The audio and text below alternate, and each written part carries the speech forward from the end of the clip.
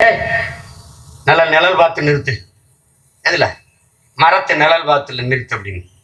அதுல நம்மால் கிராஸ் பண்ண மரத்து நிழலை பார்த்து நிறுத்துறது கிட்டும். அதுக்கு முதல்ல ஒரு மரத்தை நடனம்ல ராஜா.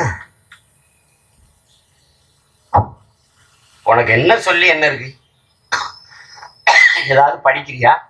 படிச்சா அது குறித்து சிந்திக்கிறியா? உலகத்துல என்ன நடக்குதுன்னு பாக்குறியா?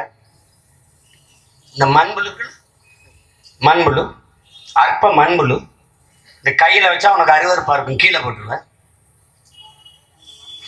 பார்க்க அருவருப்பாக இருக்கிற மண்புழு இந்த உலகில் செய்கிற பணியை எந்த உயிரினம் செய்யலைங்கிறான்.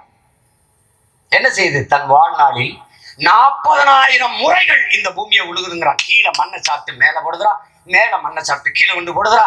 இந்த பூமியை உழுகுதுறா, பலப்படுத்துறாங்கிற மண்புழு. அந்த மண்புழு செய்கிற மகத்தான பணியை கூட உலகில் எந்த உயிரினம் செய்யல. மனித வாழ்க்கைக்கு மண்புழு கூட பயன்படும். கேடுகட்ட இந்த மதமும் சாதியும் ஒரு மயிருக்கும் பயன்படாது. நீ அதை கட்டி பிடிச்சுக்கிட்டு மதம் யாரு மேல கீனாலும் ரத்தம் ஒண்ணுதான். ஆக மொத்தம் நீயும் நானும் 10 மாதம் தான். நம்ம தாத்தன் பட்டுக்கோட்டை மனசுல எழுதி வச்சுக்க. சாதிகள் இல்லை எடி பாப்பா கூட தாழ்ச்சி உயர்ச்சி சொல்லல் பாவம், நீதி உயர்ந்த மதி கல்வின்றான். அன்பு நிறைய உடையோர்மை, அன்பு நிறைய இருக்கிறவன் தான்டா உயர்ந்த சாதின்றான் பாரதி. பட்டுக்கோட்டை சொல்றான்ல, புத்தர் வந்தார், பின்பு ஏசி வந்தார், காந்தி வந்தார், என்னென்னமோ சொன்னாங்க. எதை எழுதித்தான் வச்சாங்க. எல்லாத்தையும் தான் படிச்சீங்க, என்ன பண்ணி கிழிச்சிங்கன்னு கேட்டான். இயேசுவை படிச்சா, புத்தனை படிச்சா, காந்தியை படிச்சா, நபிகளை படிச்சா, என்ன பண்ண நீ? என்ன பண்ண? என்ன பண்ண? இந்த பூமிக்கு நீ ஒரு வழிபோக்கன், அந்நியன், சேங்கர்ங்கிறார் நபிகள். நீ வழிபோக்கன் தான்டா.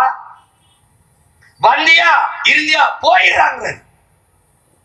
நீ வாடகை வீட்டில் குடியிருக்க வந்தவன். வீட்டு உரிமையாளரிடத்தின் வீட்டை ஒப்படைக்கும் போது எப்படி பத்திரமாக ஒப்படைப்பியோ அப்படி இந்த பூமியை உன் சந்ததியிட்ட ஒப்படைச்சு போகணும். நீயே வாழ்ந்து தீர்த்து விடுவதற்கு உன்னுடைய சொந்தம் கிடையாது. இது உனக்கானது இல்லை, உன் பிள்ளைகளுக்கானது. அது அவனுக்கானது, அவன் பிள்ளைகளுக்கானது. சும்மா சீலன்னு சொன்னால 3 மலையை வெட்டிட்டான், அந்த பள்ளமா இருக்குன்னு அப்படி இருக்கட்டும். அவளை வேறையும் தூக்கி போட்டு உள்ள பொக்கலைன்னு வச்சு மூடி புதைக்கல. நீ பாட்டே இருக்கு. உனக்கு என்னடா தெரியும்? மலைன்னா நின்றுமா, மண்ணுனா நின்றுமா? காசு. அறிவார்ந்த தமிழ் சமூக பிள்ளைகளே, என் தம்பி தங்கைகளே, பேருந்து மிக்க பெற்றோர்களே, எந்த ஒரு மகனாவது இந்த வேலையை செய்வானா பாருங்க. எங்க அம்மாவை பார்க்குறேன், என்னை பெத்த தாய. அம்மாவுக்கு 2 கண்ணு இருக்கு. வித்தா எப்படியாவது ஒரு 50 லட்சம் வாங்கலாம். இதயம் நல்லா தான், ஹார்ட் பீட் நல்லா இருக்கு. இந்த இதயத்தை டொனேஷனுக்கு காத்திருக்கிறான். டொனேட் பண்ண யாராவது அம்மாவோட இதயத்தை விற்றா 2 கோடி வாங்கலாம். சிறுநீரகம் நல்லா தான் ஃபங்க்ஷன் ஆகுது. இது பழுதாகலை. 2 கிட்னி இருக்கு.